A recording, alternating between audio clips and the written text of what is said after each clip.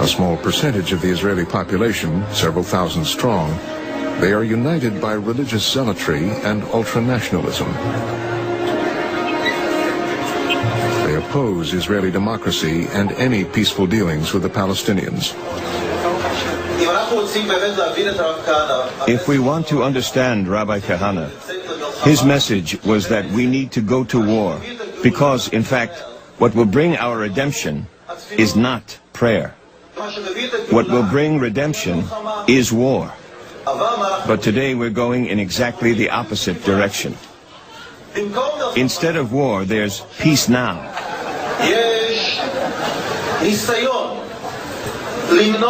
There's an attempt to prevent war at all costs. And if we can force the army to go back to being offensive, an army of revenge, an army which cares about Jews more than anybody else, then we'll be able to bring the final redemption in the only way possible, through war. War now.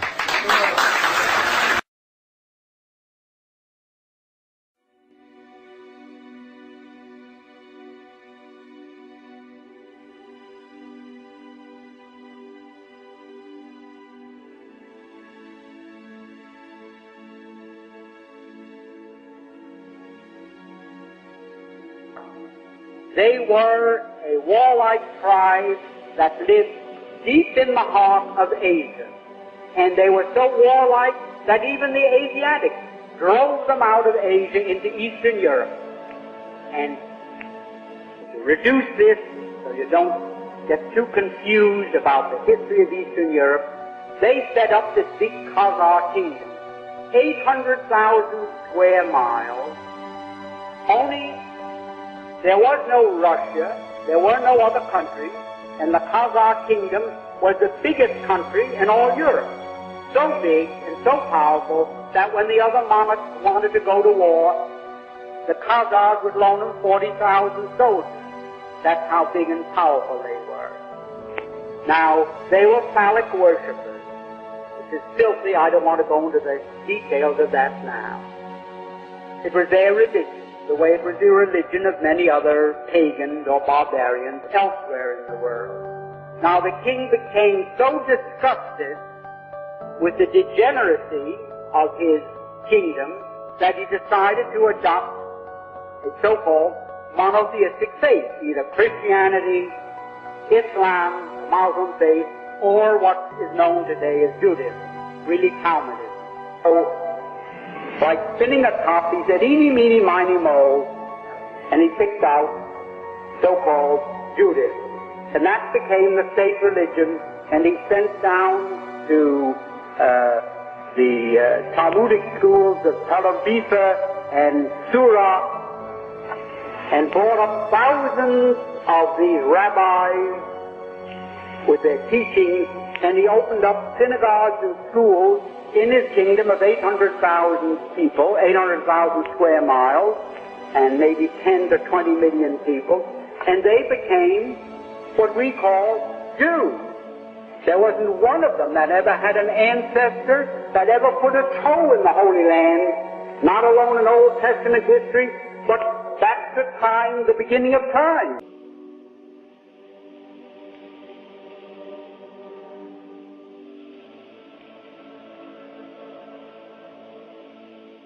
And the blessing of Abraham come on every office, through every person that enters into that place. And that the blessing flow beyond any manifestation that any of these people have ever seen.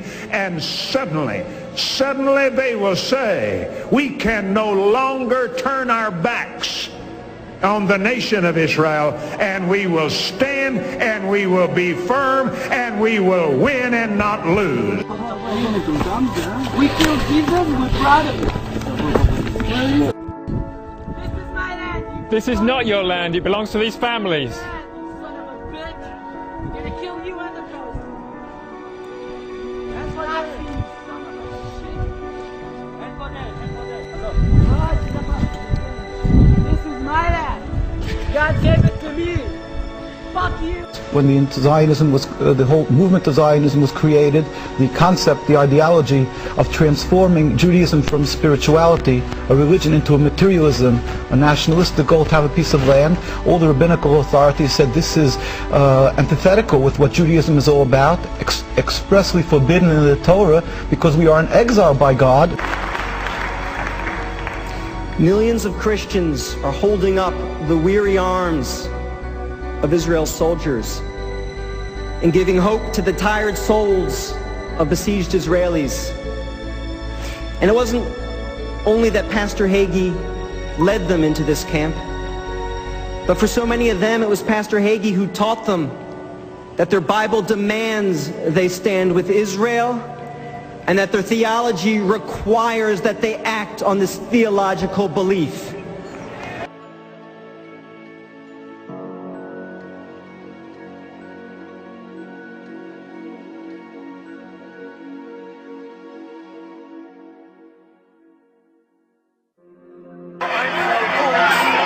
I'm a witness. I know the Arabs very good. No problem till the Zionist movement start. My grandmother told me before the Zionist movement start, they babysitting each other, the kids.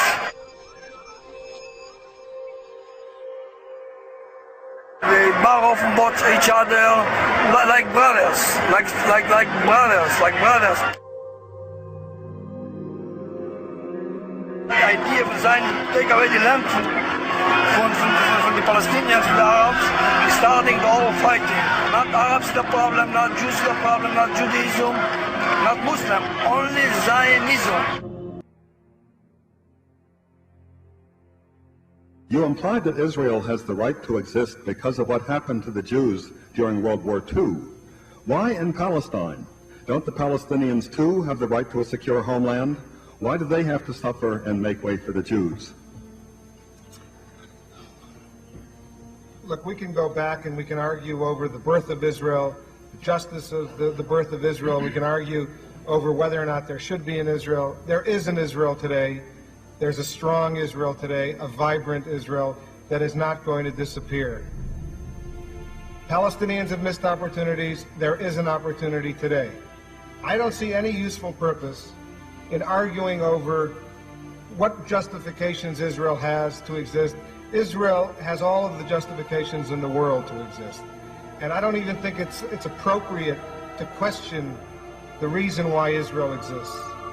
Thank God that there is at least one Israel. An Israel where Jews can live if they want to. They don't have to live there. But if they need refuge, if they want to live in a country that is a Jewish homeland, that's fine. And I think, as I said before, all of us should be delighted that we happen to be around at a time in this world when there is this Israel. To deny Zionism, to reject Zionism, is about as racist an element as you can get. Why should all of these people, Palestinians and others, deserve a homeland if the Jews can't have a homeland? Have not the Jews suffered enough all of these? I suppose it wasn't missed on anyone in the audience that Mr. Glitzer was deploying that same familiar lawyer's tactic. The question that was put to him was, if we accept the legitimacy of the state of Israel, why don't we also accept the legitimacy of a Palestinian state? And then Mr. Blitzer went on to tell us all the good reasons why we should accept the legitimacy of the state of Israel, something which, by the way, I concur with. But that still doesn't answer the question. If one does accept the legitimacy of the state of Israel, why doesn't one also accord the same rights to self-determination and statehood to the Palestinians? That was the question, as I understand it, that was put to him.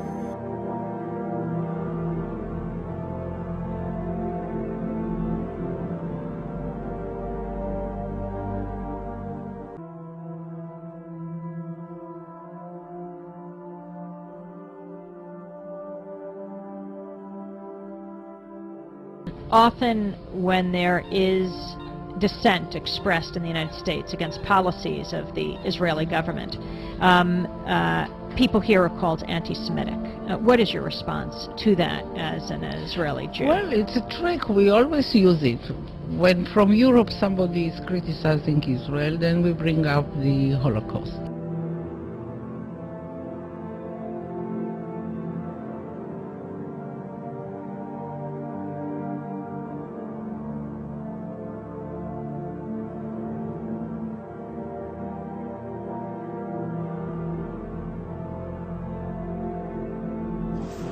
There are certain conditions, according to Jewish law, under which non-Jews may live here. This doesn't apply to the Arabs. They don't fit the category. They have to get the hell out. Whoever leaves under his own steam will save his own life. Whoever doesn't will have to pay the price. This is the land of Israel. There are 54 million Chinese Muslims. 54 million. And Muhammad only died in 620 AD. So in that time, 54 million Chinese have accepted Islam as their religious belief. Now imagine in China, 2,000 miles away from Arabia, where the city of Mecca is located, where Muhammad was born.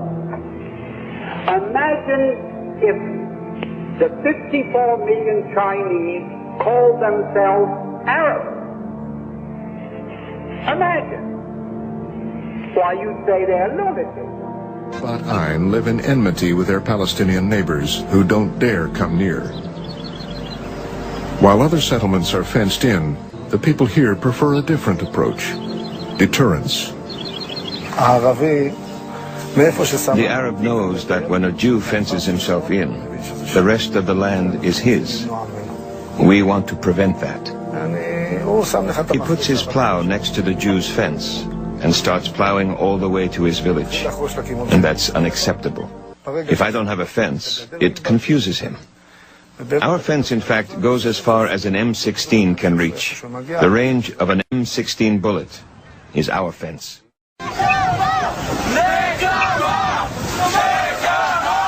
Revenge is an important value. The Talmud says that it is one of the greatest things. Revenge is great. Almost every one of the Psalms mentions revenge in one way or another. Usually people recite Psalms for the sick. In all of the Psalms there are maybe 2 verses about the sick. About revenge there are hundreds of verses. And it is Pastor John Hagee who created the vehicle through which all Christians in America can act on their love for the state of Israel. Christians United for Israel, which, as you can see by looking around this room tonight, is rapidly becoming the most powerful Christian movement in the United States of America.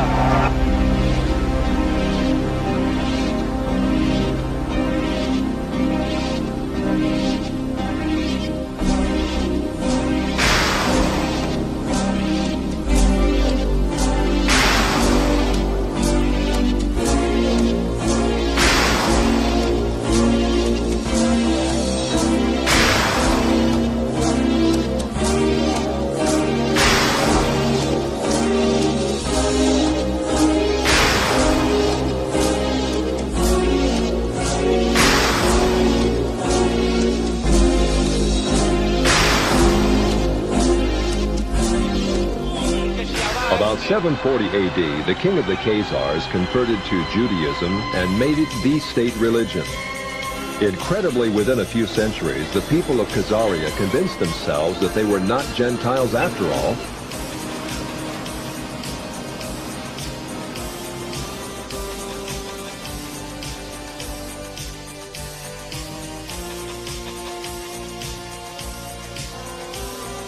Today, the Ashkenazim, or Khazars, are the vast majority, about 80% of those who call themselves Jew.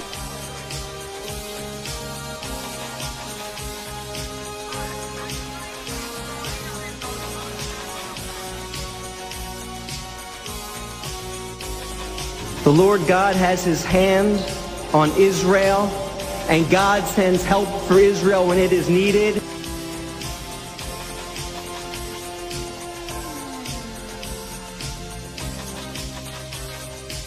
And the foreign policy establishment in this country and in Europe looks at the dangerous situation and tells us the following. There are simply too many Muslims living on too much land, sitting on top of too much oil for us to risk alienating them.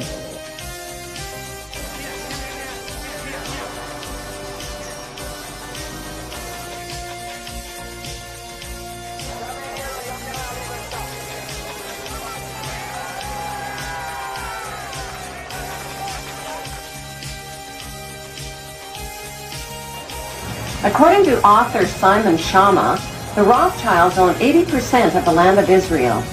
Even the flag of Israel flies the hexagram symbol from the Rothschild family's red shield.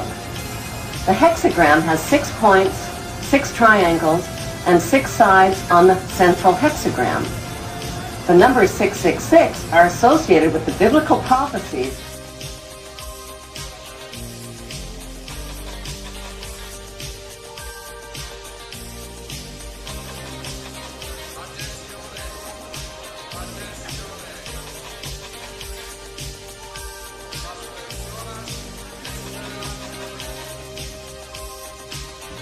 Israel today faces greater threats to her existence than at any time in her existence since 1948. Okay, so what do you call yourself?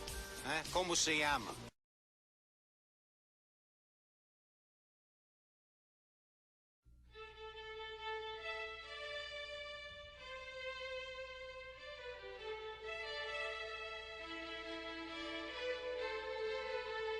The thing that we say to anybody is let's cooperate and get this thing over with, and then we'll settle the differences once the crisis is over. Such clergy response teams would walk a tightrope between the needs of the government versus the wishes of the public.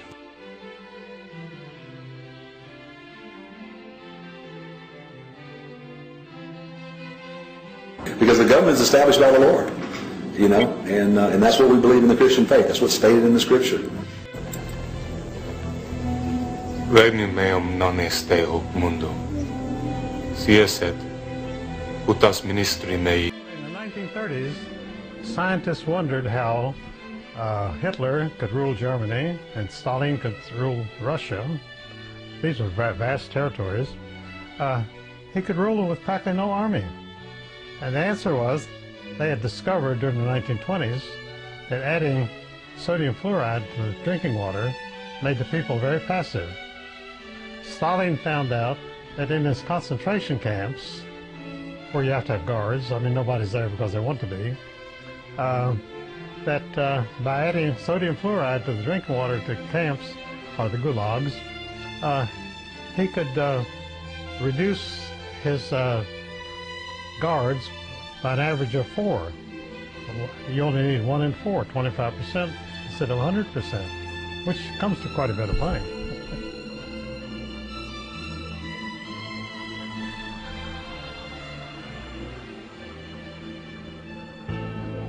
Sodium fluoride is a byproduct of the manufacture of aluminum, which is a very complicated, well, you have it in Florida.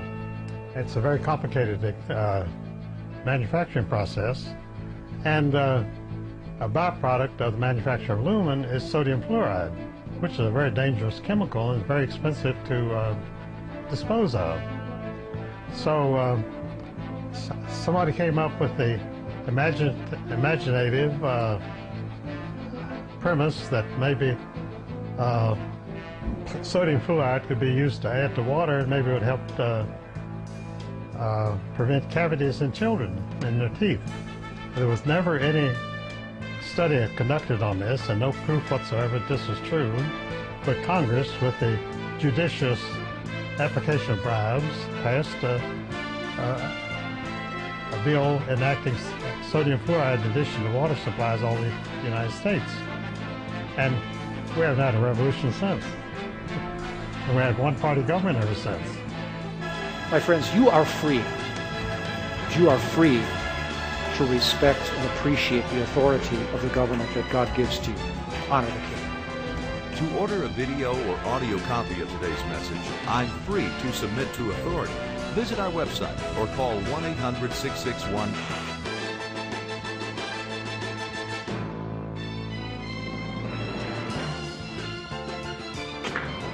You are the seat.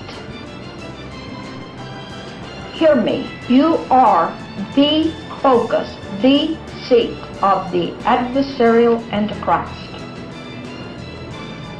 You are the chosen nation of God. Why are we here? Because this is now the focus of the battle. This is what you're calling the congressmen now who vote for Israel first and America second. because they say, I'm first a Jew. Oh, try me again? Is that a religion? Is that a race, a creed, a color? What are you talking about? If you dare say it's a color or a creed, you're anti-Semitic. Down with you, off with your head. The ADL will get you, you sucker, you anti-Semite. And not a single one of them come from the Semites. None of them.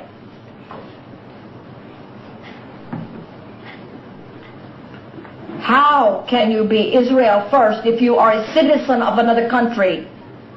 So, again, look at the protocols. You don't even know where you are and who you are.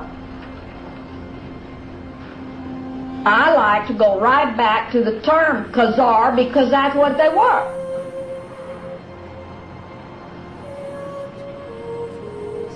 And isn't it funny, once we came forth and we started hitting this, how many history books there actually are, and they are Jewish. The Jewish Encyclopedia, etc., who has tried to hide this Khazarian history, just like they have voted in the Holocaust. Of course there was death.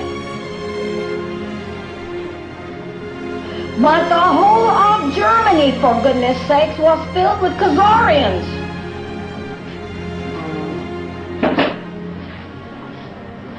And you had this same element footing the bill for the Bolshevik revolution while you had all this upheaval going on in Europe. To the point that just about got lost in the shuffle. The same people funding both, setting up both. And then the Jewish Encyclopedia gives the number of people of Jewish origin that they could call Jews. Long about that period of time as 6 million something.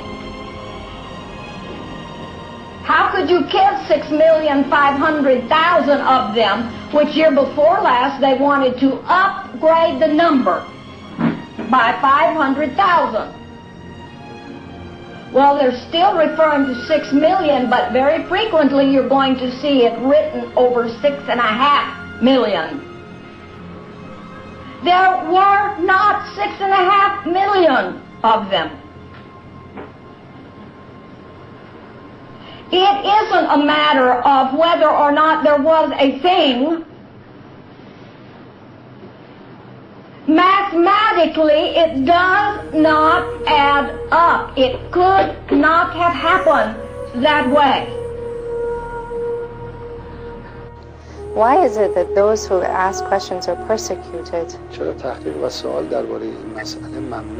Why are such sensitivity or such prohibition on further studies on the subject?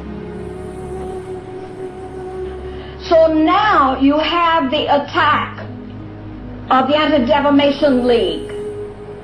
The Anti-Defamation League, my children, comes right out of British intelligence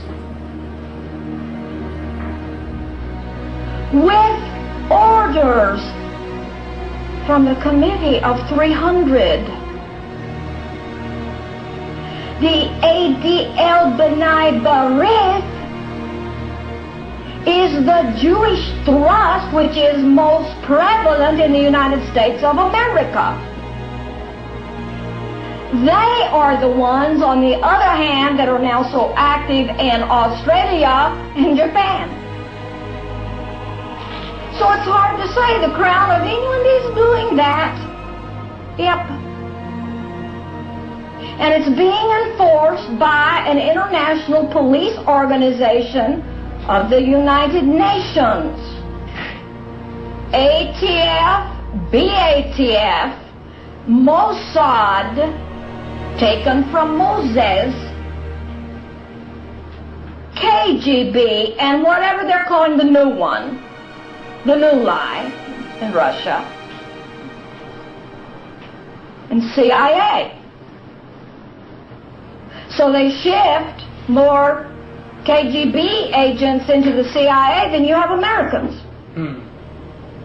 And they're all trained by the highly qualified Mossad. The Jews, the Khazarian Zionists, have been the terrorists since creation began. Why did you have the symbol of a serpent in the Garden of Eden?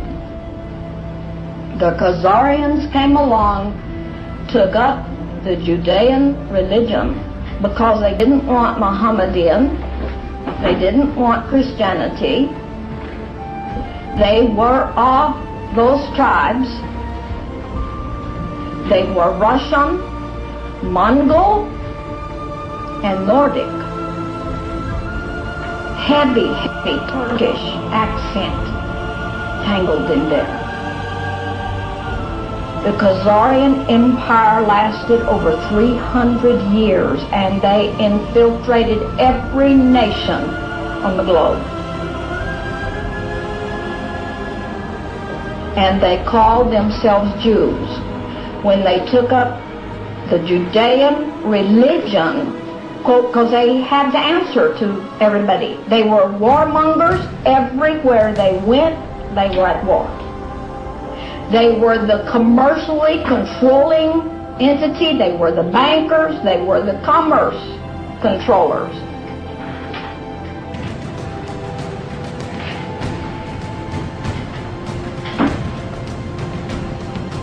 They would gain control and power everywhere they were. And just as they have handled the Holocaust by voting it in that you may not disagree, it becomes law. It got to the point that if you spoke of the things that I speak of today, you would be killed. And therefore, except in the books that were never intended to be brought public, ever, those secret religious books,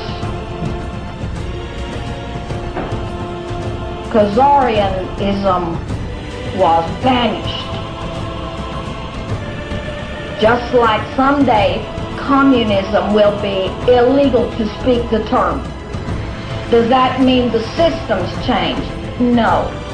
After the Bolshevik Revolution, there were something like 22 million Christians killed in Russia.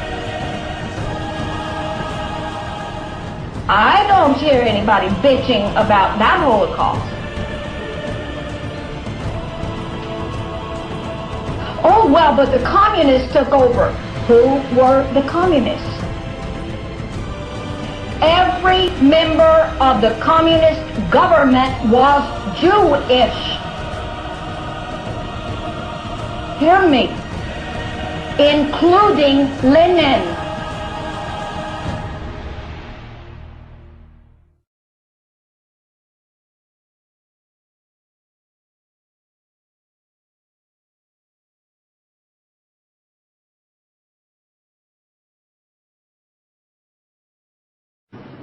I cannot speak of the past of your historical lineage without telling you these things. And yes, people get killed for it. They don't want it out there because it's the truth. Why didn't you know about it? We had someone here who has been a teacher all her life. What do you know about the Khazars? Not one thing.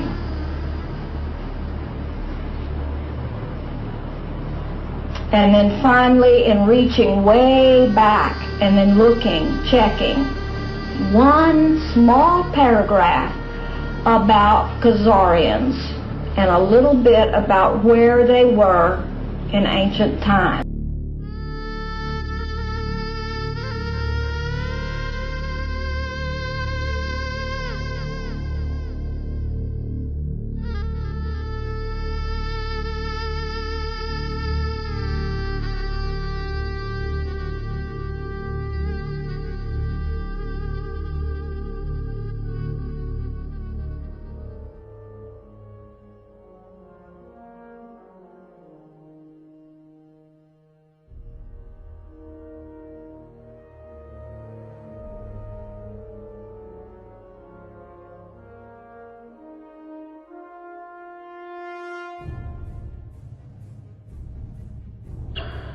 Those who threaten Israel threaten us.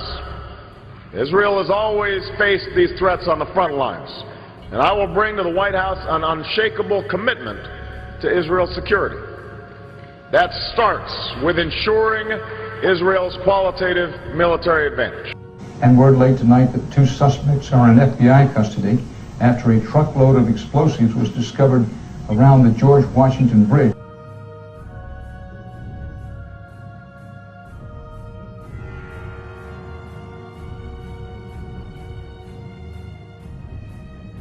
We will stand with Israel. We want them around not just for 60 years, but for 600 years. And when I'm President of the United States, they will have an unwavering ally in me.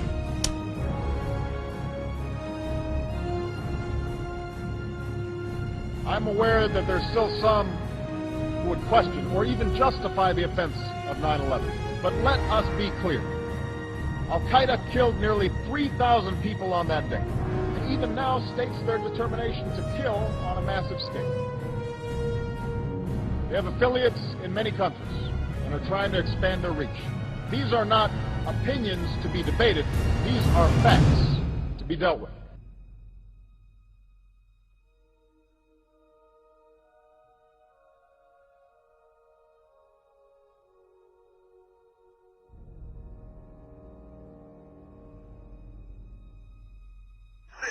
It's a big truck with a mural painted of an airplane diving into New York City and exploding. I don't know what's in the truck. The truck is in between 6th and 7th on King Street. Except for, I'll send you in a bus right there for Westgate. With a mural painted. Airplane diving into New York blowing up. 2 men got out of the truck, ran away from it. We got those 2 under.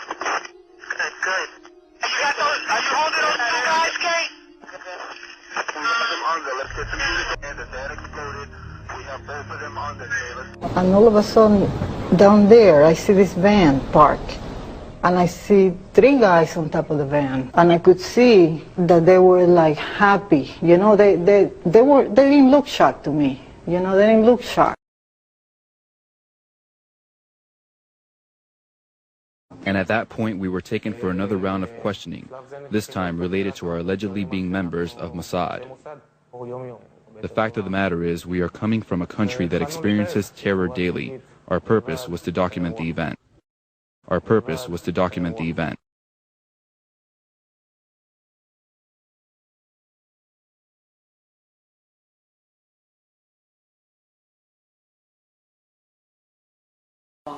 Before I was rescued and my mind and my memory restored, I was totally robotic. I had no ability to think for myself. I had no ability to question or to reason. I could only do exactly what I was told to do. One thing that I was told to do was to attend a White House cocktail party. This was during the Reagan-Bush administration while Ronald Reagan was president.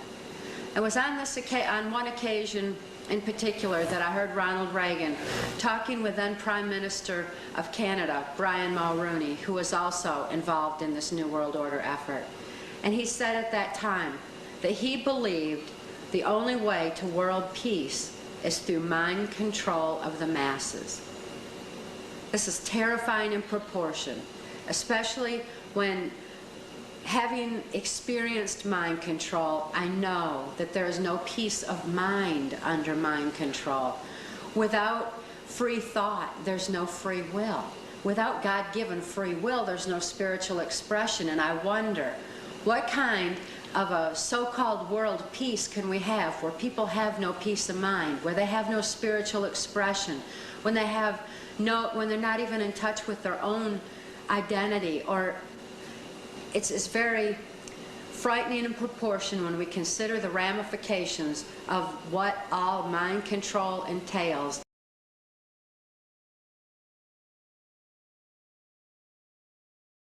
President Clinton was campaigning for his wife in Corpus Christi, Texas yesterday when an idiot started waving a sign that claimed 9/11 was an inside job. Shut up. Good screaming. As Clinton was working the crowd after the speech, What's Rosie O'Donnell doing in Corpus Christi? the man got close to the former president and started yelling at him. You don't do that, you see, because that's when the Secret Service steps in. The man led away in handcuffs and hopefully taken one of those secret prisons in Eastern Europe, never to be heard from. Oh, I hope that happens. Okay. We can only hope. If this were a dictatorship, it'd be a heck of a lot easier. The family members at the 9/11 Commission asked hundreds of questions of the 9/11 Commission, questions that I wanted also. I familiari delle vittime morte negli attentati dell'11 settembre hanno posto centinaia e centinaia di domande alla Commissione, tra cui tante domande che mi sono posto anch'io. The Commission refused to answer them. Think of your son or daughter being murdered. Everyone think of it. Voglio chiedervi di fare una cosa molto difficile. Pensate che cosa vuol dire avere il proprio figlio o la propria figlia uccisi. It's not about racism. It's not about anti-Semitism. Non c'entra qui il razzismo, non c'entra l'antisemitismo. I want the truth. Io voglio la verità. I've spent every day of my life since 2001 E dal 2001 ogni giorno della mia vita trying to find out who murdered my son. On the Pinhead front, we are on the road again with Willie Nelson. The 74-year-old singer counts himself among the 9/11 conspiracy nuts. What's your take on 9/11? Do you question the official story? I certainly do, and I saw those towers fall, and I've seen an implosion in Las Vegas. There was too much similarities between the two, and then I saw the building fall that didn't get hit by nothing. So, you know, how naive are we? Or, you know, what do they think we'll go for? Good grief, Pinhead. You know, it was sad because they didn't really take a look at any of the stuff I was asking them to look at, any of the evidence or any of the stuff that generated those questions, you know. And they said, oh, he's another tinfoil hat-wearing Hollywood clown. And there's two areas. There's Building 7, and there's the 5 frames from the Pentagon. Don't listen to me. Do your own research. This is the kind of group that a Timothy McVeigh would come from. Yeah, that's right. That's what makes it a little bit scary. Google any keywords like intentionally demolished buildings or buildings, demolished, whatever. You'll get hundreds of videos of buildings intentionally brought down. None of them fall like the World Trade Center buildings fell. They all fall from the bottom up, and the World Trade Center buildings fell from the top down. They all fall from the bottom up, and the World Trade Center buildings fell from the top down. Basically, right where the planes hit is where they collapsed initially. So that one's easy to refute. Anybody can refute it. But the fact is, once it gets out on the internet, nobody fact checks. Nobody even looks that up. And it has been in the hands of men ever since to investigate everything. The events leading up to, during, and the events post 9/11. I know on a daily basis the press covers the events post 9/11. But I feel, frankly, abandoned. If I question anything about the official story, I'm called a conspiracy theorist. My daughter was on the 93rd floor. Being ex-military, when the attack initially took place and I was governor, I went on a very focused tunnel vision mode that our country had been attacked and what the hell do we need to do to repel it. So I today kick myself because at that point in time I had a position of power, and if I would have, you know, not been the way I was, the way all of us were so shocked when it happened, that in that position of power, I could have raised a lot more questions at that time about the things that went down that day, and where today, when I raise those questions, naturally it doesn't quite have the impact that it would have had back then. But to me, it's questions that are not being answered and haven't been answered about 9/11. And, you know, first and foremost, I think, is the fact that, okay, in New York City and Manhattan, 2 planes struck 2 buildings. We'll all be in agreement on that, I think. But how is it that a third building fell 5 hours later? That's my first question. The 9/11 Commission never even brought it up. They didn't devote even one page to that in their big volume of investigation. Anybody who thinks that 9/11 was carried out by the government isn't a truther. They're idiots. Can you actually imagine that our government was capable of successfully pulling off 9/11 and then keeping it off of the front page of the New York Times? It was omitted. Building 7 9/11 report omitted. The entire thing, never in the history of the world has a building fallen from a fire into its own footprint, eliminating the core, 25 steel beams. Really, impossible, physics-wise, impossible. Hard to say. Hard to say in America. Personally, I think at this point, if anybody had a rope thick enough, I think that Rosie should be strung up for treason. You would be surprised at how many people would rather be right about things than lie. And they will set it up so that they can appear to be right, no matter who else they have to kill or destroy. And believe me, there are many, many things worse than death. The scholars for 9/11 Truth, these are the worst, most fringe, kookiest, discredited academic crackpots who believe that the Secret Service and the CIA planted a controlled demolition of that building. Moments ago, I spoke to the chief of safety for the New York City Fire Department. He received word of the possibility of a secondary device, that is another bomb going off, but he said that there was another explosion which took place, and then an hour after the first hit here, there was another explosion that took place. He thinks that there were actually devices that were planted in the building. We are continuing to hear explosions here downtown. Explosion and another explosion.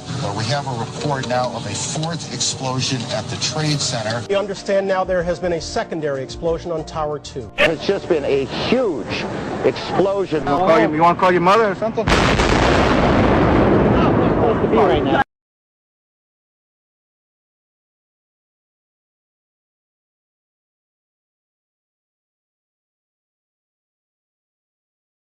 I just want to, this is how crazy you guys are. And you guys are really, number one, you hate your country, and number two, you're a loon.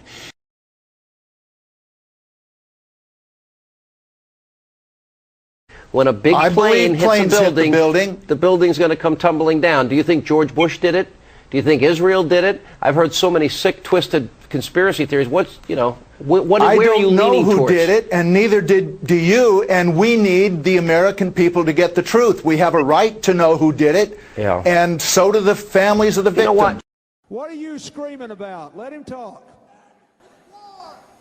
Support a new investigation into the attacks of 9/11. Are you one of those that was an inside job, guys? I'll let you be rude and interrupt me. Scream at the top of your lungs.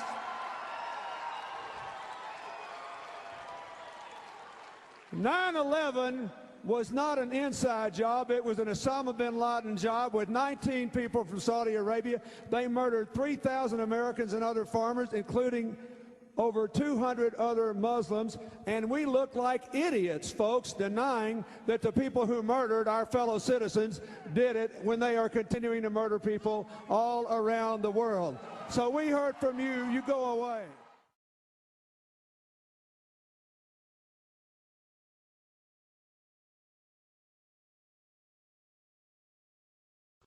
In most people's eyes, Israel is a terrorist state. It's the fact that you cannot comprehend that fact that leads to the bias which runs through all of your reporting and every question that you've asked me in this interview. What we don't know is who may be responsible for these attacks. There's a lot of speculation, obviously, about Osama bin Laden, who is a Saudi dissident who is believed to be harbored somewhere in Afghanistan, but no one is claiming responsibility. In the West Bank, however, the Palestinians in the streets are cheering and celebrating these attacks on the United States. The Palestinians in the streets are cheering and celebrating these attacks.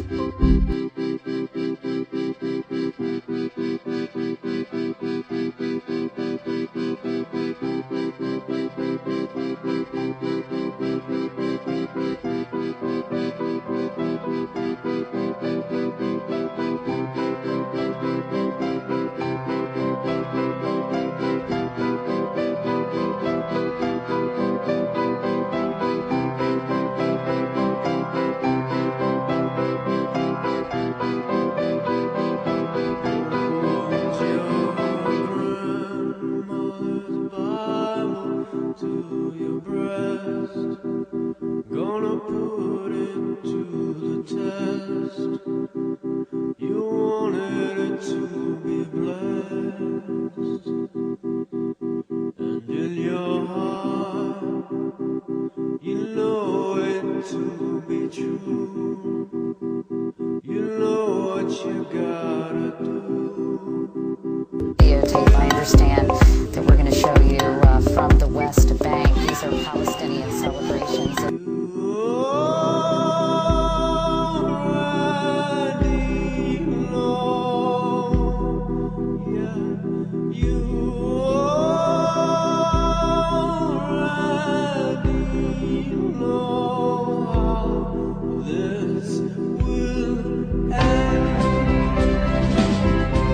The Iraqi regime continues to possess and conceal some of the most lethal weapons ever devised. The main reason we went into Iraq at the time was we thought he had weapons of mass destruction. It turns out he didn't. I know it's in Texas, probably in Tennessee. That says, "Fool me once, shame on you." If fool me, we can't get fooled again.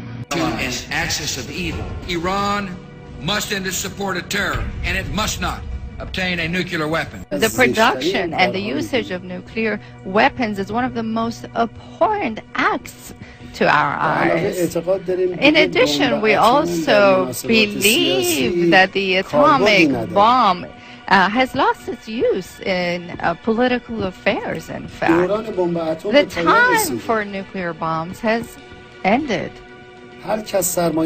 Whoever who invests in it is going the wrong way. Was the nuclear bomb able to help keep the Soviet Union intact? Iranians are moving forward with their nuclear program quicker than expected. The time for bombs of that nature has ended. It is a time of thought, a time for culture and reason to prevail. Iran continued to defy the UN by refusing to answer questions about its nuclear program. The largest number of inspections in the history of the IAEA has been done with the country of Iran. No country in the world has cooperated with the agency as much as Iran has done. Do you believe there is a clandestine, secret nuclear weapons program right now underway in Iran? We haven't seen any concrete evidence to that effect, Wolf. We haven't received any information that there is a parallel, ongoing, active nuclear weapon program. And when I see George Bush standing next to a Prime Minister, Mr. Olmert, who has hundreds of nuclear weapons, illegally held, undeclared, not subject to any treaty obligations, thundering on about a country which his own intelligence service says it doesn't have any nuclear weapons and isn't trying to get any, it becomes surreal. Iran is the central banker of international terrorism. One thing could we do? Could we start arming the anti-government groups inside Iran? Could their cars start blowing up? They have not found any documentation that would say that Iran has deviated from the peaceful path, or really those who are now developing the fourth and fifth generation of nuclear weapons and have historically, in fact, used the nuclear weapon. And I hope it's not going to take another 9/11 to wake us up. 9/11 with weapons of mass destruction.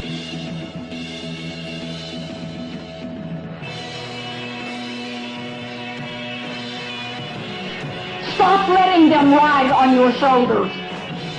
Because when you come face to face with Maker, you are going to judge self on how many people you pulled away from their journey into oneness with God for your own selfish, greedy purposes.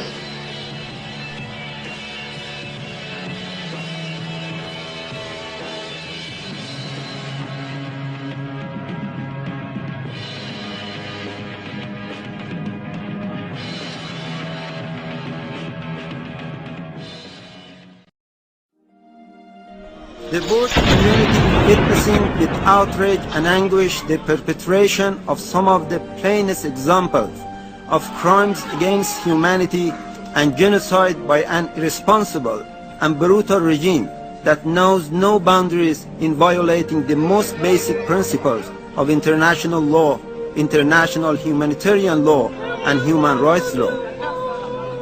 It seems as if the life of this criminal regime depends on creating of and persisting on bloodshed, and as if this regime feeds on nothing but war crimes, aggression, occupation, and state terrorism. People of Gaza continue to be subjected to untold suffering that are unprecedented in mankind's recent history. It is appalling to see that in the 21st century the civilized world is witnessing that the whole population is under crippling blockade, starved, deprived of the most basic supplies such as even bread and drinking water, and at the same time slaughtered in one of the most horrendous ways while having been left with nowhere to go, nothing to eat, or no safe place to take shelter. The destruction was horrific, and what was most shocking of all, the destruction was right in front of the world's eyes. This was not some hidden genocide. This was not some hidden, massive atrocity. Everybody knew exactly what was going on. In fact, the European governments went along with it. The European governments went along with the starvation of Gaza the past 2 years. The European governments joined in the brutal economic sanctions against Gaza. And the European governments now, including the Russian government, they just went to visit Olmert after the brutality, after killing 400 children, after bombing schools, after bombing mosques. The killing ratio was 100 to 1. 14 Israelis, 1,300 Gazans.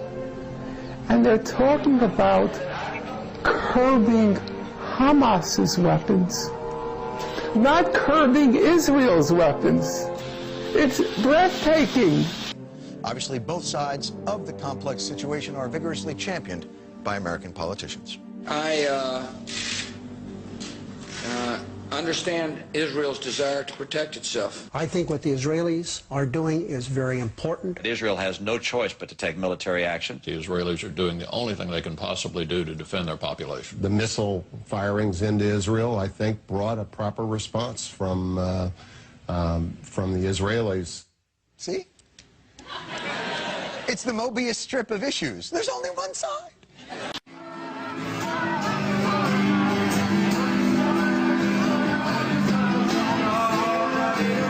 Israel has sent phone text messages to Palestinians in Gaza saying, leave your homes because there are weapons inside them. What other country would do that? For the last 3.5 years, Israel has been bombarded daily by a number of rockets coming from Gaza. ארץ קטנה כמונו, זה מדהים. ואני רואה שאנחנו קונים את מנהטן, וקונים את הונגריה, וקונים את רומניה, וקונים את פולין. אז אין בעיות לנו, אני מבין שהכישרונות והקשרים והתנופה מגיעה כמעט לכל מקום. What about the 400 children who were killed, many of them incinerated by white phosphorus?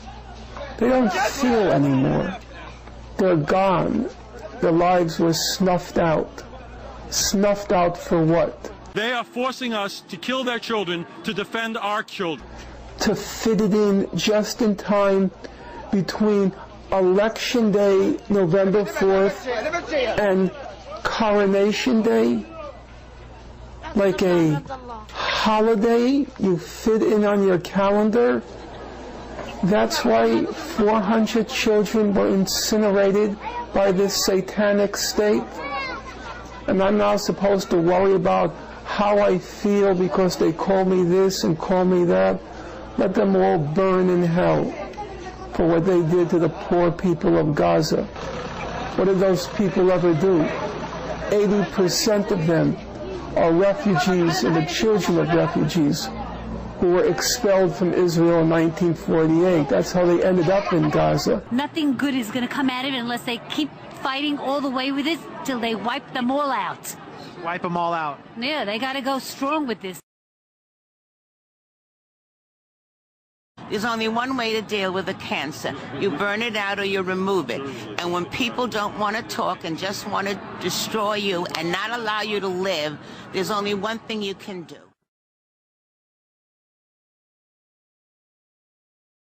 I think we should go with all force and just go in and get them all. So what if Israel just, you know, wiped Gaza off the map? What would be so wrong with that?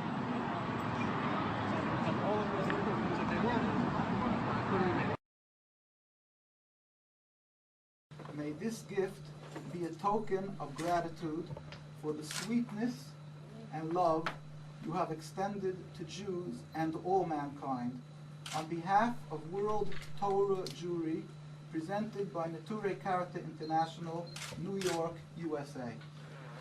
The President is of the world leaders who is exemplary in his comprehension and understanding totally the difference between Judaism, the spirituality, the religion, the servitude, and subservience to God, and the antithetical concept of Zionism, which is a materialism, godless in its essence, and a goal just for nationalism, and which is something forbidden clearly and distinctly by the Torah. Judaism requires of the Jewish people to be humble, to be loyal citizens in every country in where they're residing. The ones who unfortunately, we call them the sheep, who unfortunately fell prey to Zionism, it's simply because of the weakness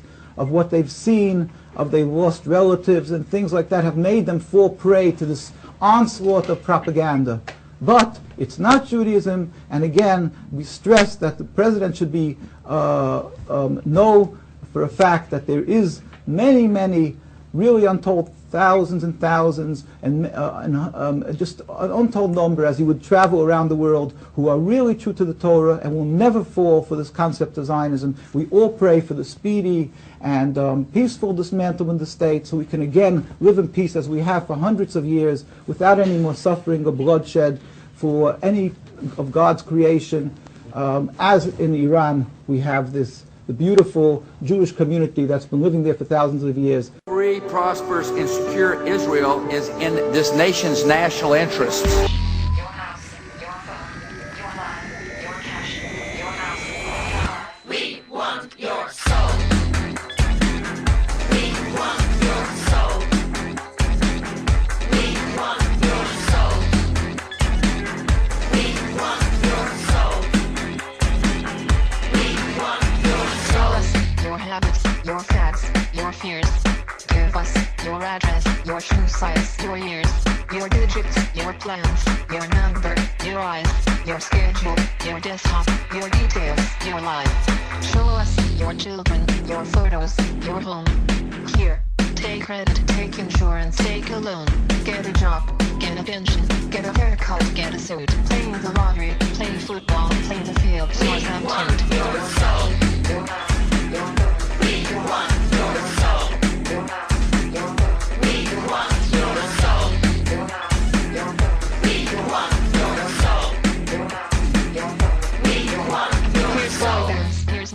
Here's Whitney, here's cola, here's pizza, here's TV, here's some rock, and some roller. Watch commercials, more commercials, watch Jerry, not Oprah.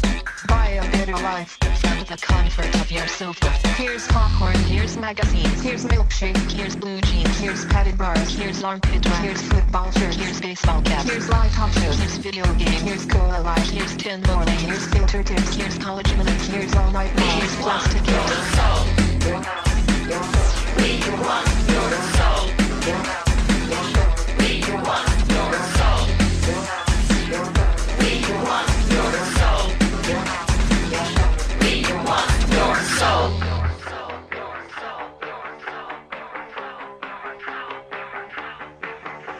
Your cell phone, your wallet, your time, your ideas, no barcode, no party, no ID, no beers. Your bank card, your license, your thoughts, your fears. No SIM card, no disco, no photo, not here. Your blood, your sweat, your passions, your regrets, your profits, your time off, your fashions, your sex, your grief, your wrath, your fruits, your wrath, your laughs, your balls. We want your soul. We want your soul. We want your soul. We want your soul. We want your soul.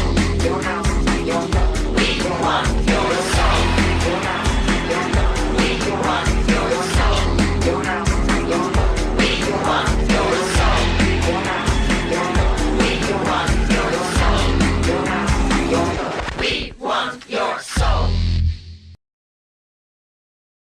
On the television, I want you to know to whom to blame in this conflict. That's Mr. Saakashvili, who started this war, and Mr. Saakashvili, who is aggressor, and who in 2 days my people, Ossetian people, were killed and were under-bombed, and 2,000 people were killed in 1 day. And that's what I am against. I would never cut you off. Unfortunately, a commercial break will take us there in 4 seconds, whether we like it or not. I'll bring you back after the commercial. You don't want to hear that. I'll be right back with you. Stay by. Just keep going. What? Can I just ask a question? Sure. What is Fox News? It's just a parade of propaganda, isn't it? It's just a festival of ignorance. What? Why 1 million people are dead in Iraq? Come on, this is ridiculous. What's the point of this? This is insane. People at home, go outside. Go hug your children. You should be more. Well, Fox News is worried. Love your family. You know. And you get all the news at Fox. You get all the news you can at Fox News. All right, thanks. And guys. I think.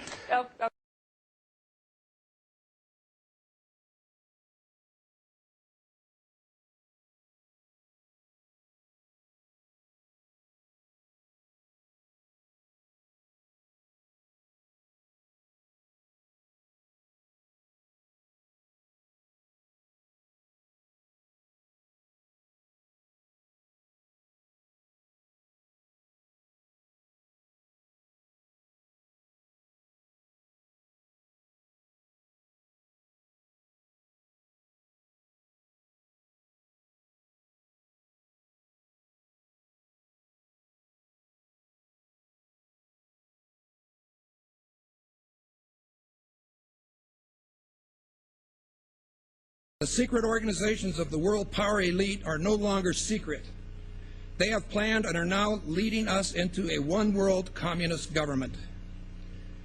The combining of national governments started with the European Union.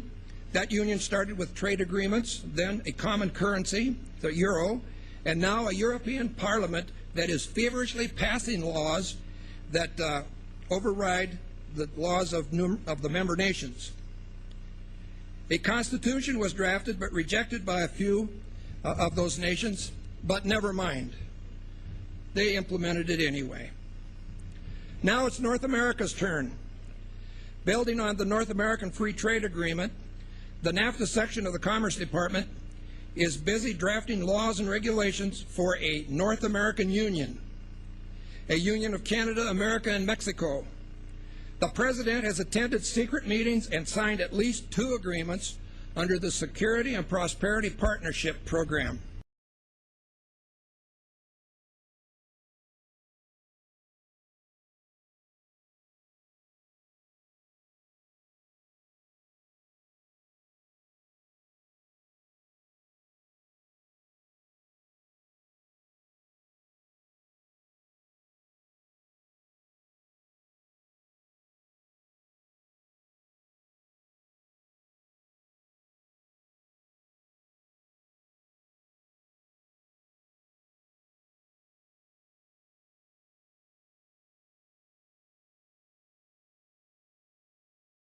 We're in a lot of trouble because less than 3% of you people read books. Because less than 15% of you read newspapers. Because the only truth you know is what you get over this tube. Right now, there is an entire generation that never knew anything that didn't come out of this tube.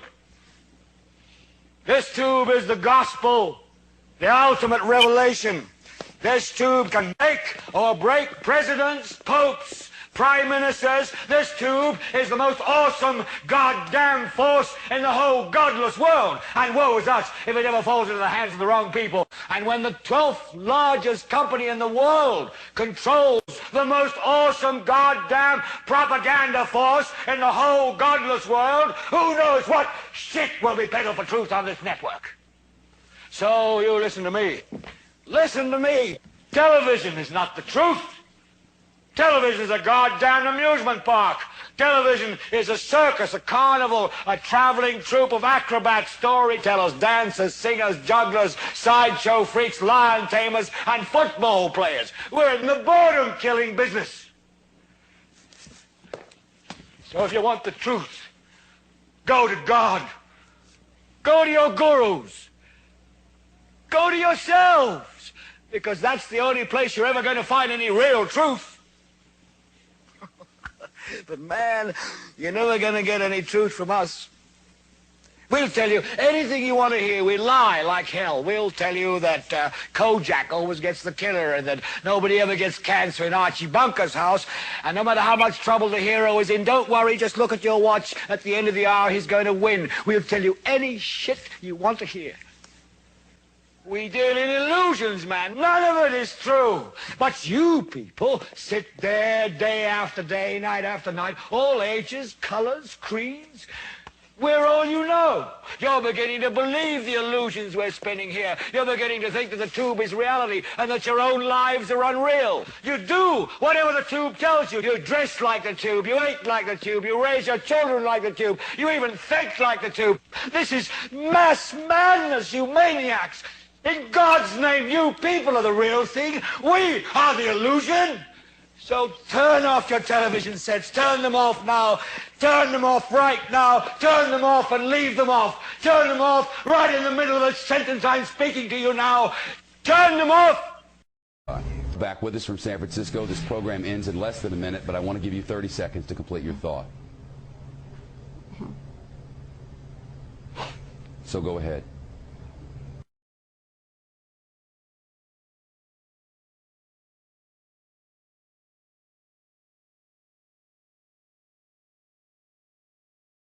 It's good to have an outpost of the council right here down the street from the State Department. We get a lot of advice from the council, so this will mean I won't have as far to go to be told what we should be doing and how we should think about the future.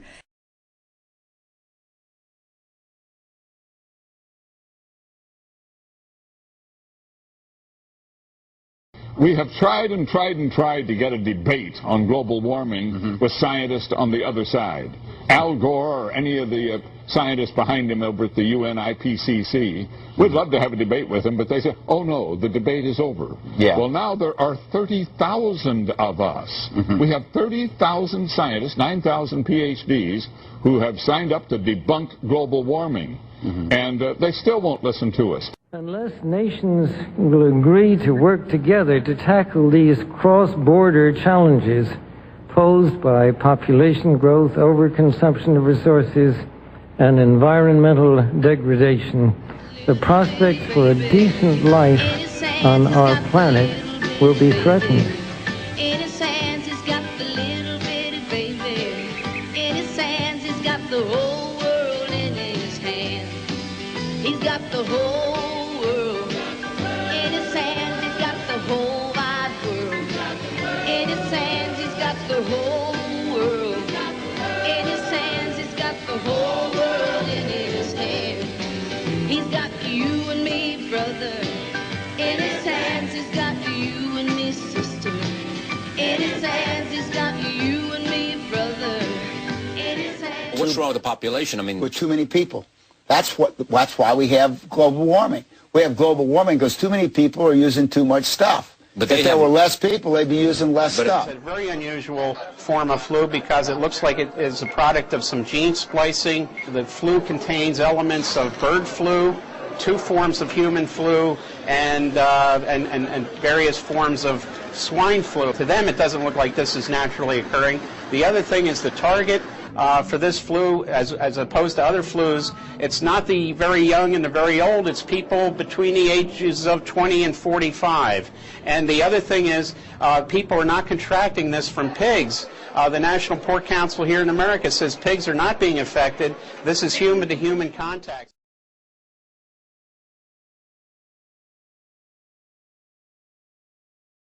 The 1918 flu, called the Spanish flu, was extracted from the corpse of a dead Inuit woman who died of the disease in Brevig Mission, Alaska, a small Inuit village, and it was recombined with, combined with other forms of flu to create this particular H1N1 that's been declared a pandemic by the World Health Organization. Now, it's interesting to note that a company called FluGen, which is associated with this research at the University of Wisconsin at Madison, is now developing a vaccine.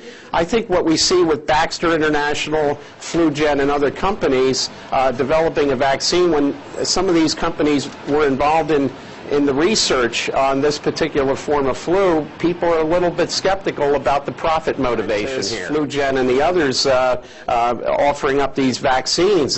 We do know that Baxter International sent out live avian virus with a vaccine that was sent to about 10 different countries, including the Czech Republic, Slovenia, and Germany. So there's a lot of skepticism here. If any of these vaccination programs are forced on the public, I think the American people are going to react quite negatively. Journalists who suspect there may be other things at play here, including Big Pharma trying to capitalize on this pandemic and try to make money off of a vaccine that may not even be safe. There are other journalists who suspect there may be other things at play here, including Big Pharma trying to capitalize on this pandemic and try to make money off of a vaccine that may not even be safe.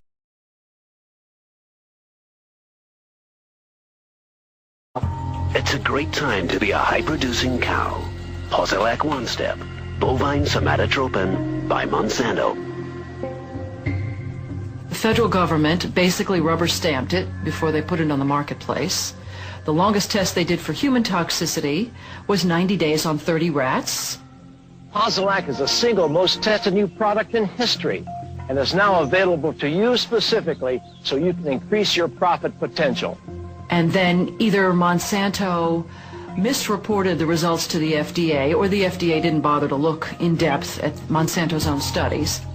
The scientists within Health Canada looked very carefully at bovine growth hormone and came to very different conclusions than the Food and Drug Administration in the U.S. did. Monsanto's engineered growth hormone did not comply with safety requirements. It could be absorbed by the body and therefore did have implications for human health. Mysteriously, that conclusion was deleted from the final published version of their report.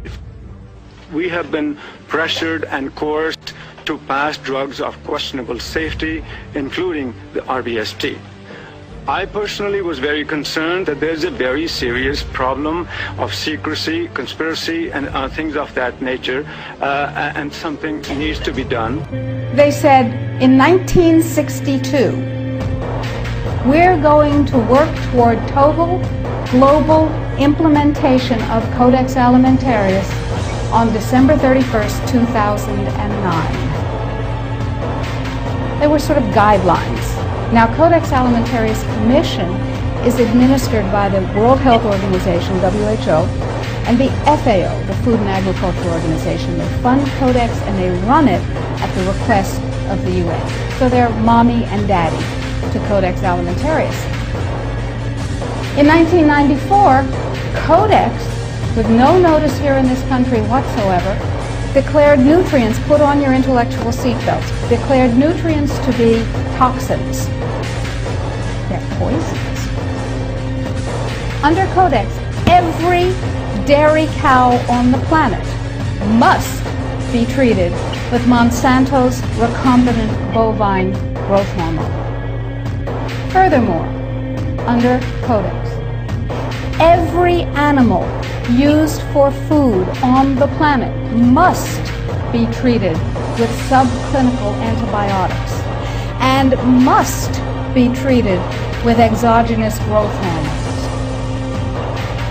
If you do the numbers in the WHO FAO projections, the epidemiological projections, they estimate, not I, that just the vitamin and mineral guideline alone, when it goes into global implementation on December 31st, 2009, will result in a minimum of 3 billion, that's B, bad, big, billion deaths. All individuals have a natural right to their life and liberty, and we don't get these rights from our government. We get these rights from our Creator. We get them in a natural way. The only purpose of government is to protect those rights.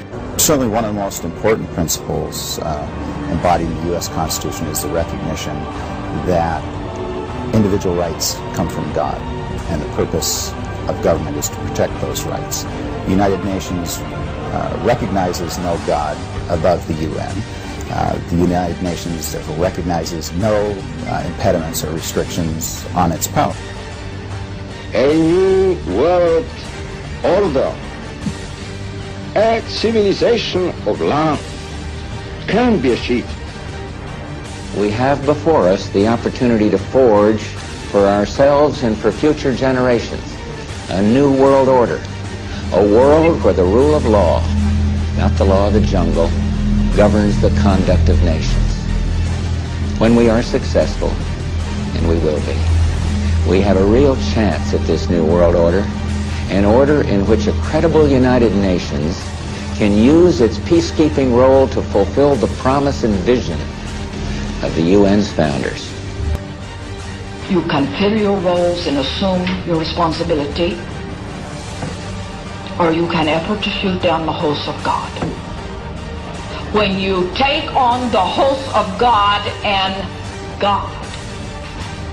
declare war against them, you have taken on a very, very substantial enemy.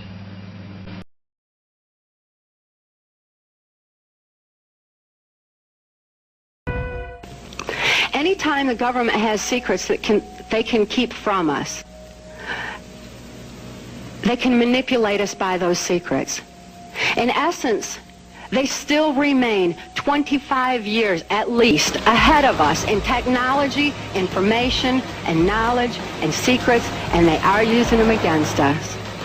I heard over the years many times over that the plan to usher in the New World Order would be to make all the people in this country and around the world feel totally helpless to prevent the New World Order from occurring, this world dominance plan, by saying that we had been invaded by aliens, so that we would say, oh please UN, come in and help us all.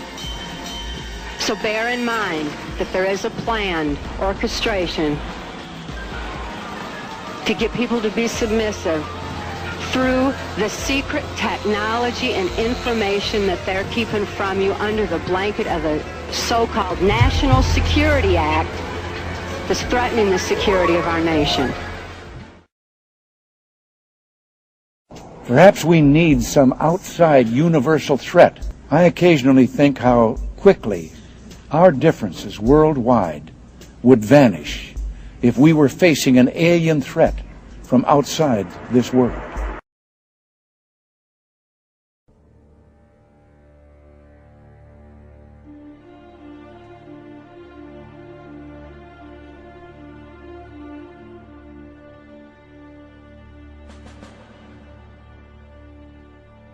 There is a strong case to be made that secret military technology offers a convincing explanation for many UFO stories.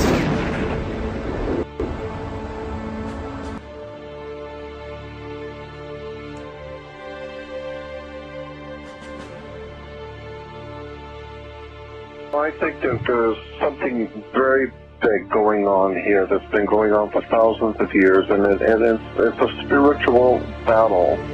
And I'm not sure that any of us really understand the full implications of what the word God means what the scriptures are really all about. The implications are just staggering for the future of the human race.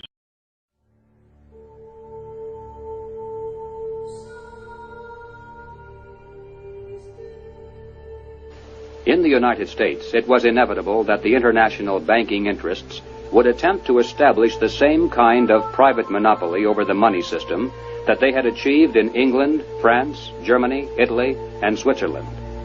The same formula would be used: make it look like a government operation, but keep the control in private hands. On December 22, 1913, the Federal Reserve Act finally was passed into law. Something known as the Federal Reserve System came into being, and with it, total control over the nation's money fell into private hands.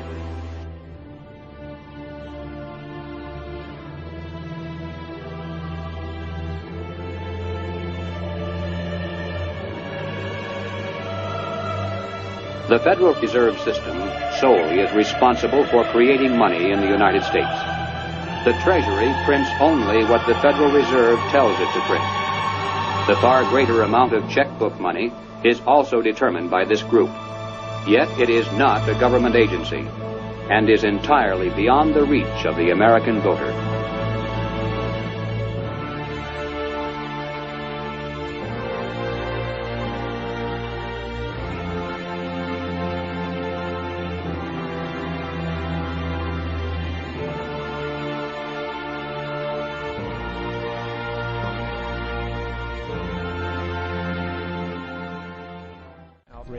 Congressman Louis McFadden, a longtime opponent of the banking cartels, began bringing impeachment proceedings against the Federal Reserve Board, saying of the crash and depression, it was a carefully contrived occurrence. International bankers sought to bring about a condition of despair so that they might emerge the rulers of us all. Not surprisingly, and after 2 previous assassination attempts, McFadden was poisoned at a banquet before he could push for the impeachment.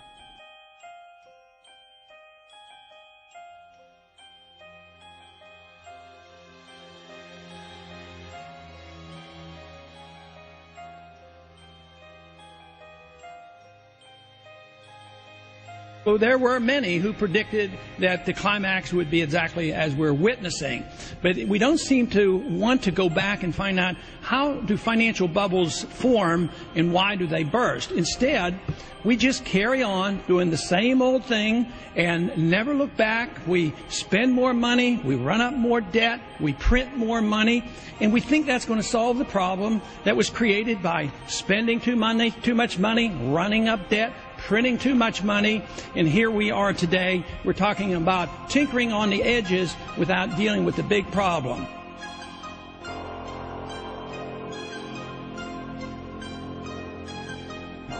The Federal Reserve has literally created $8 trillion here in the last several months, at least an obligation. And that's outside the realm of the Congress. We don't even audit the Federal Reserve. They create this money, and when the Fed chairman comes before our committee and we ask, well, where did you dispose of this $2 trillion that you've created recently? He says, well, it's not your business. That's not necessary. And under the law, he doesn't even have to tell us. So this is how out of control this is. When freshman Congressman Alan Grayson asked the Fed's Inspector General how much of that money the Federal Reserve had lost since the crisis began, he was surprised to find out she didn't know. So are you telling me that nobody at the Federal Reserve is keeping track on a regular basis of the losses that it incurs on what is now a $2 trillion portfolio? Until we actually look at the program and have the information, we are not in a position to say whether there are losses or to respond in any other way. And I think it was shocking to me and to other people to see that the Inspector General could not account for $1 trillion of cash that had been handed out by the Federal Reserve in the course of just the past 2 months.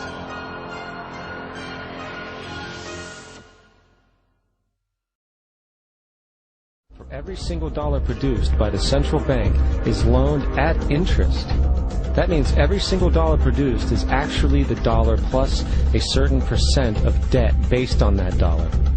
And since the central bank has the monopoly over the production of the currency for the entire country, and they loan each dollar out with immediate debt attached to it, where does the money to pay for the debt come from? It can only come from the central bank again, which means the central bank has to perpetually increase its money supply to temporarily cover the outstanding debt created, which in turn, since that new money is loaned out at interest as well, creates even more debt. The end result of this system without fail is slavery, for it is impossible for the government and thus the public to ever come out of the self-generating debt.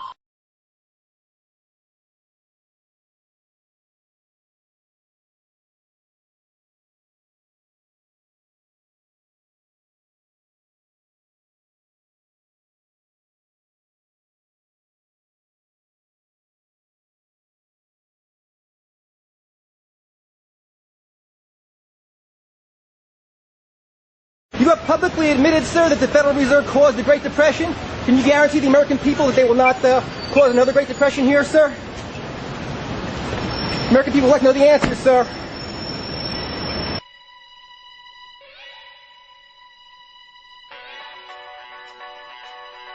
So with the Federal Reserve, you have inflation and debt. Now, if the American government made the money, backed by gold, which limited the amount they could make, you would have debt and you would have inflation.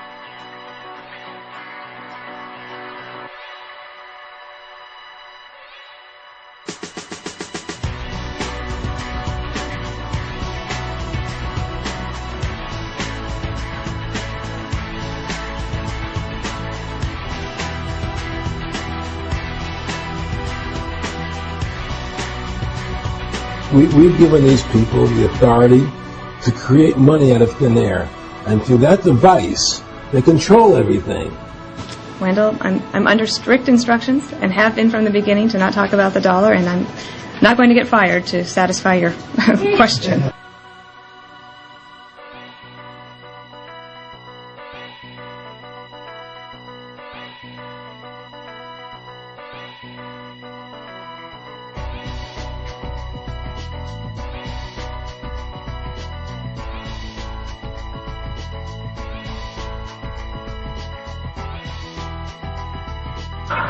There is no authority in the Constitution authorizing a central bank, which means there should be no Federal Reserve System.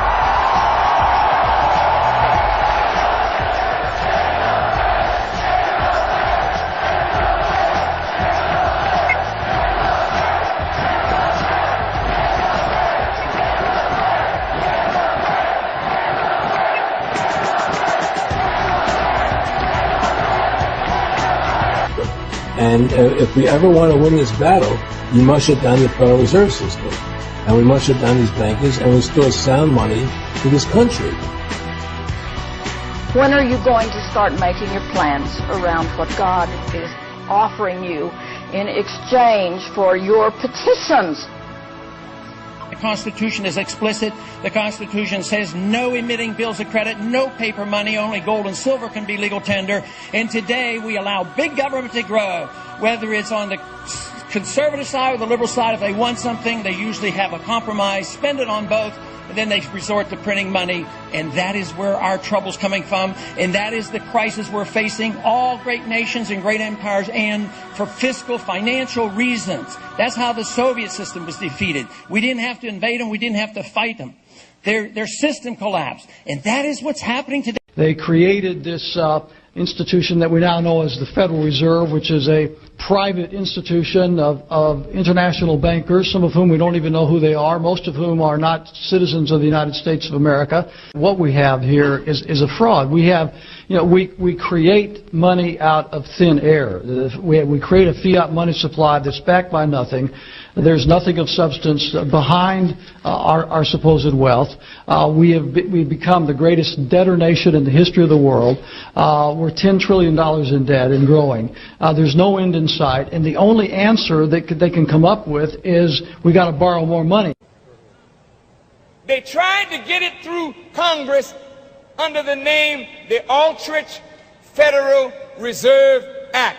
But since Aldrich was so tied to the international banking system, the members of Congress under the leadership of President Taft, they voted it out.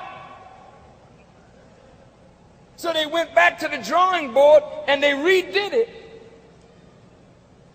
And they pushed it through on December the 22nd, 1913, just as Congress was about to break for the Christmas recess.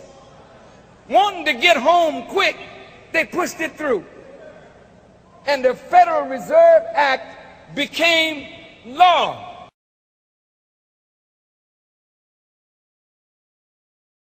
Admiral Blair, who I greatly respect, have labeled cybersecurity perpetrated through the internet as the #1 national hazard of attack on the homeland in West Virginia, in West Virginia, America, or anywhere else. So, I mean, it really almost makes you ask the question, would it have been better if we never invented the internet and had to use paper and pencil or what? It is a fearsome, awesome problem. Why in the world does the American government borrow money from the banks when they have the ability to create it themselves without borrowing it and paying interest on it? Why? And nobody can answer that question. Not one politician ever raises that. Why does the American government borrow money when they can create it without paying interest? The entire purpose of all these websites is to incite violent acts against the United States. Yeah. We got a first responsibility to protect ourselves. No society wants to provide so much freedom that it amounts to a kind of suicide pact. Right. And that's why I'm going to continue the pressure on Google and YouTube, and if necessary, see if we can come up with a law. First of all, the federal income tax is completely unconstitutional, as it is a direct, unapportioned tax. All direct taxes have to be apportioned to be legal based on the Constitution. Secondly, the required number of states in order to ratify the amendment to allow the income tax was never met, and this has even been cited in modern court cases.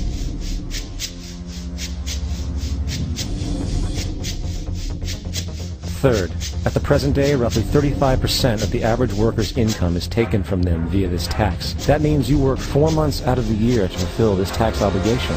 And guess where that money goes? It goes to pay the interest on the currency being produced by the fraudulent Federal Reserve Bank, a system that does not have to exist at all. Not 1 cent of this tax goes towards any governmental program whatsoever. Not 1 cent. The money you make working 4 months out of the year goes almost literally into the pockets of the international bankers who own the private Federal Reserve Bank. And fourth, even with the fraudulent government claim as to the legality of the income tax, there is literally no statute, no law in existence that requires you to pay this tax. Period.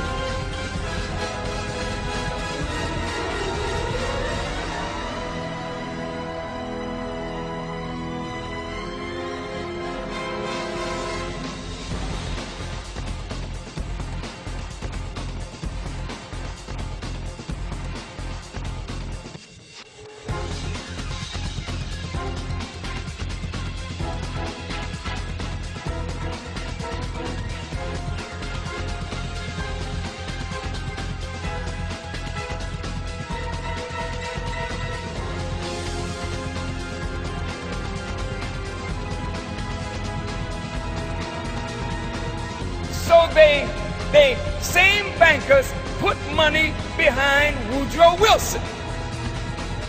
And Woodrow Wilson sold the American presidency to the international bankers.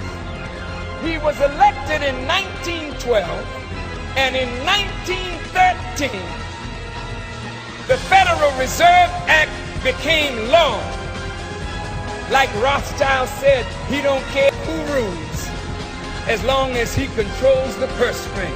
Evil is evil. If you vote for one that you think is a little less, actually you get tricked into that. You think that you vote for a Republican to balance the budget, and they're worse than the Democrats. That's what the people are sick and tired of. You vote for the Democrats to end the war, and they expand the war as much as the Republicans. We go to overseas and fight wars to promote democracy. At the same time, we listen to these glib debates going on that's really irrelevant to these four important issues. We are now over $9 trillion in debt. And what solution are they offering? None. Nothing. You don't hear one word in these debates about the debt. Why? Because they're equally responsible and it's indefensible. It is indefensible. You can't get on debates, you can't get on the ballots, the parties are the same, there's really no choice in the system. We don't have good democratic process here. He's the one who told me 11 months before 9/11 ever happened that there was going to be an event, and at that event we were going to invade Afghanistan to run pipelines from the Caspian Sea. We were going to invade Iraq, you know, to take over the oil fields, establish a base in the Middle East, and make it all part of the New World Order. We've learned that Iraq has trained al-Qaeda members in bomb making, and poisons, and deadly gases. You know, one of the hardest parts of my job is to connect Iraq to the war on terror. Sure enough, later 9/11 happened, and I remember he was telling me how how you're gonna see soldiers looking in caves for people in Afghanistan and Pakistan and all these places, and there's going to be this war on terror, of which there's no real enemy, and the whole thing is a giant hoax, you know. But it's a way for the government to take over the American people. He told you it was going to be a hoax. Oh yeah, oh yeah. There's no question. He says there's going to be war on terror, and he's laughing. Dr. Quigley believes that people should be more familiar with the identities of these clever banking dynasties. They include such names as Baring, Hambros, Lazard, Erlanger, Warburg, Schroeder, Seligman, the Spires, Mirabeau, Mallet, Fuld, and above all, Rothschild and Morgan.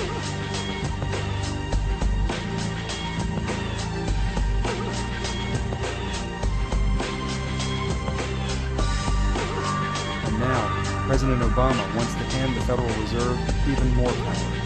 I am proposing that the Federal Reserve be granted new authority and accountability for regulating bank holding companies and other large firms that pose a risk to the entire economy in the event of failure.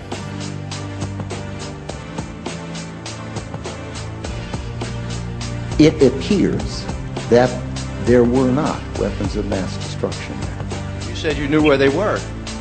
I did not. I said I knew where suspect sites were, and we were just... You said you knew where they were, near Tikrit, near Baghdad, and north, east, south, and west of there. Those are your words. My words were that... We know where they are. They're in the area around Tikrit and Baghdad. Well, first of all, I haven't lied. I did not lie then.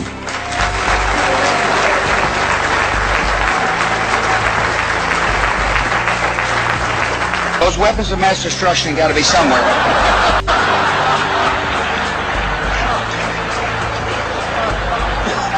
Maybe under here. You can't believe how wicked,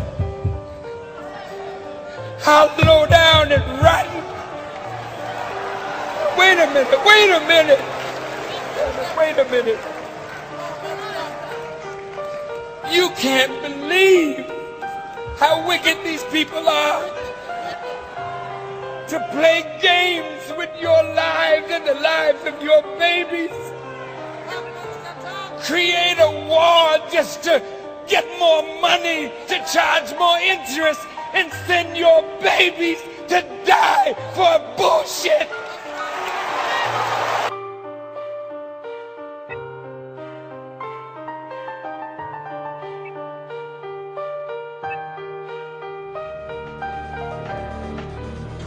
Don't be frightened for me. You better be frightened for yourself.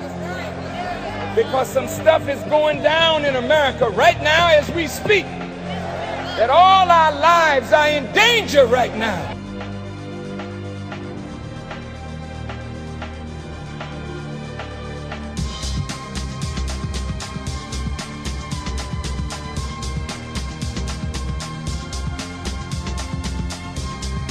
But as you look around, you've got Russian tanks sitting all over your nation. What is going on? You have Russian troops here. You have Russian missiles here. You are communistic. Your enemy came, saw, and conquered you. You've been had. But they've never been able to finally, completely take away the Constitution. And I still marvel as I watch the thought. With Debbie Kidd going to Washington, and now you're going to have Linda Thompson going as the Adjutant General. Get your guns and come with me. Good grief. Insurrection is not even a good word to use. It is so minor. What do you think you will gain? Use your heads. Use your brains. Start another nation. What is magic about Washington, D.C.? It is the most corrupt, vile place on this beautiful continent. You, the people, go start yourself a nation.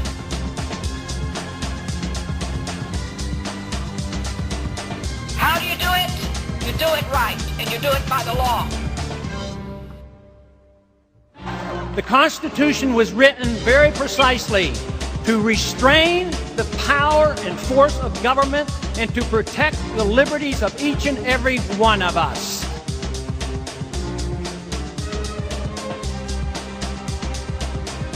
Truth ultimately finds its way to people's ears and eyes and hearts.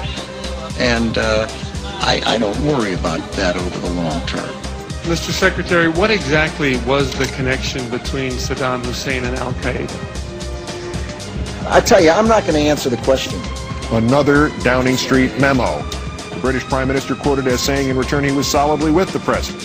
Also reported that Mr. Bush even proposed to send American planes over Iraq painted in UN colors to try to provoke Saddam Hussein into firing on them.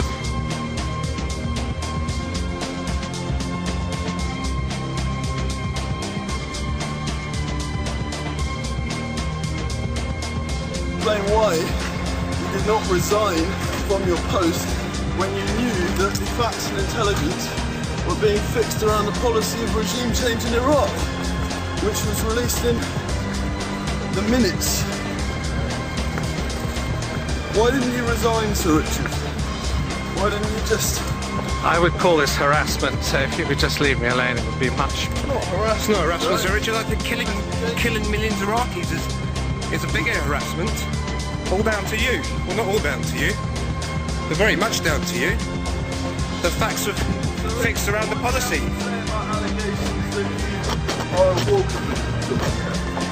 Is that slander, Sir Richard, if we say you're a war criminal? Richard, why, sir, when you found out following your trip to Washington in 2002, did you not resign from your post when you realised that the Americans were set on a war of aggression no matter what, that they were going to fix the facts and intelligence around the policy? Why did you choose to stay in your position as Director of MI6? Why did you not resign at that moment, sir, when you knew that it was a false war, it's an illegal war? What about the millions of dead Iraqis, Sir Richard? How do you sleep at night? How do you sleep at night? Every human life is as valuable as another. Every child is precious. In fact, I think we should citizens arrest you, sir. This is